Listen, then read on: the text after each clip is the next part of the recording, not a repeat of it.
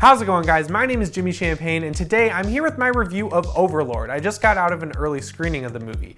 Now, this movie is directed by Julius Avery, and if you haven't heard his name before, that's because I think this is his first feature. But he's also signed on to direct other Bad Robot movies in the future, so I guess they were kind of testing him out with this one.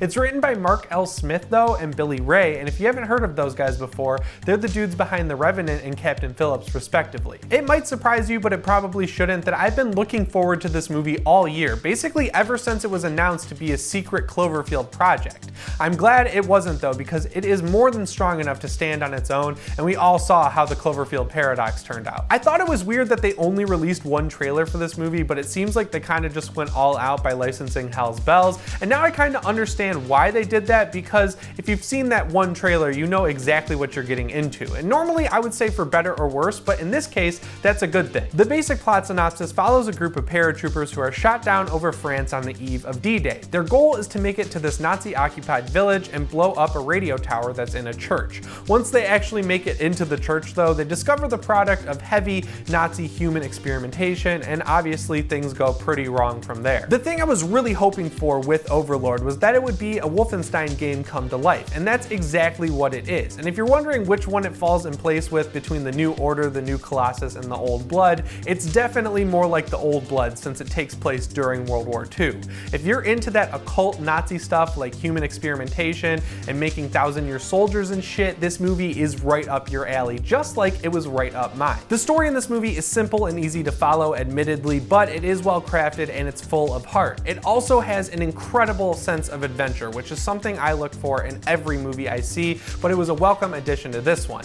It also sells the idea that these 18 to 25-year-old kids, because that's what they are, don't really have any better of a shot of taking down this Nazi-occupied church as any other 18 to 25-year-old would. They have no idea what they're doing, and you really just root for them because of that. Between getting shot out of the sky and then navigating a literal minefield and then going up against zombies that are the 28 Days Later style of zombies, not the Walking Dead style of zombies, this is a really scary movie. I will say, though, that there is a lot of jump scare garbage in the first half of the movie that just genuinely didn't need to be there. I hate that stuff, but for the most part, it's not the kind of jump scares that don't lead to anything. It actually had a horrific thing on the other end of it, so I appreciated that. I like that this movie has a real sense of tension by giving your brain so much scary shit to process at any given time that you're just scared from start to finish. It's terrifying. Overlord was reportedly made for around $38 million, and that's not a Blumhouse-style micro-budget feature by any means, but that's not really a huge budget either. And they stretched that $38 million as far as they could.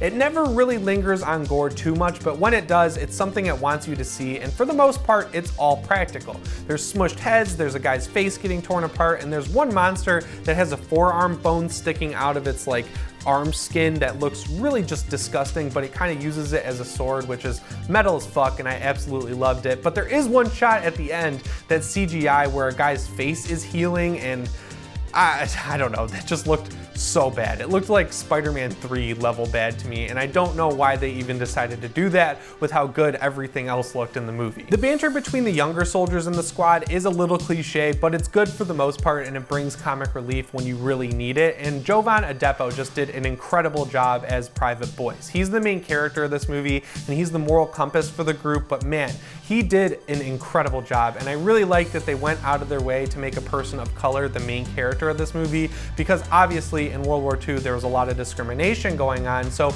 it was just a cool move to do that. I really respect it. On the other hand, Wyatt Russell must have pissed off one of the writers because his dialogue is awful. It is noticeably worse than every other character in this movie, and to be fair, it is a joint effort between the writing and his delivery, but he has lines like, "That's not our mission, Private," and stuff like that. It really puts a damper on the action in this movie at certain points, which was a huge bummer.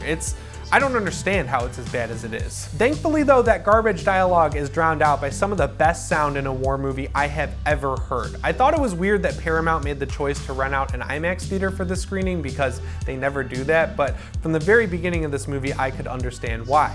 The first scene of the movie is in the trailer, but the sound is noticeably toned down in that trailer, especially if you watch it on your phone. So do whatever you can to see this movie in an IMAX theater or Dolby Atmos, because it sounds incredible. It actually is so loud it's terrifying at points, and it did an incredible job at immersing me into the movie. I'm pretty positive your enjoyment of Overlord is going to 100% hinge on whether or not you know what you're getting into, so this is the rare case where I'd suggest watching the trailer before you see it. It doesn't reveal too much, and for the most part, what you see is what you get. Overlord is Bad Robot's first R-rated feature, and it totally deserves to be, and I hope it makes just enough money based on word of mouth to make more R-rated movies, because you know, it's kind of already at a disadvantage up against Bohemian Rhapsody and The Grinch, so if you're a big horror fan like me and you want to see an awesome horror movie and you want to see more awesome R-rated horror movies down the line, turn up to see this movie, because I know a lot of people are scared that it's going to be a Cloverfield tie-in or something, but I can 100% tell you that it is not at all, and even if it was, it would only be in the title, like 10 Cloverfield Lane, because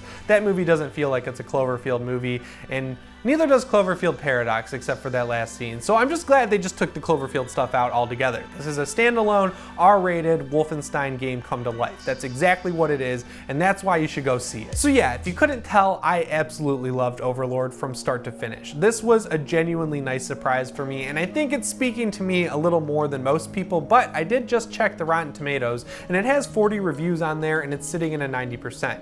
I'm sure that'll go down after tonight because a bunch more critics saw it, but hey, that's pretty damn good, and I feel like this movie has the potential to become a cult classic if it doesn't blow the box office away. Anyways guys, that's all the time I have for today, so if you like the movie, definitely let me know down in the comments below, and I guess if you don't like it, let me know why down there too, and subscribe if you haven't already. My name is Jimmy Champagne, and I'll see you in the next one. Thanks for watching.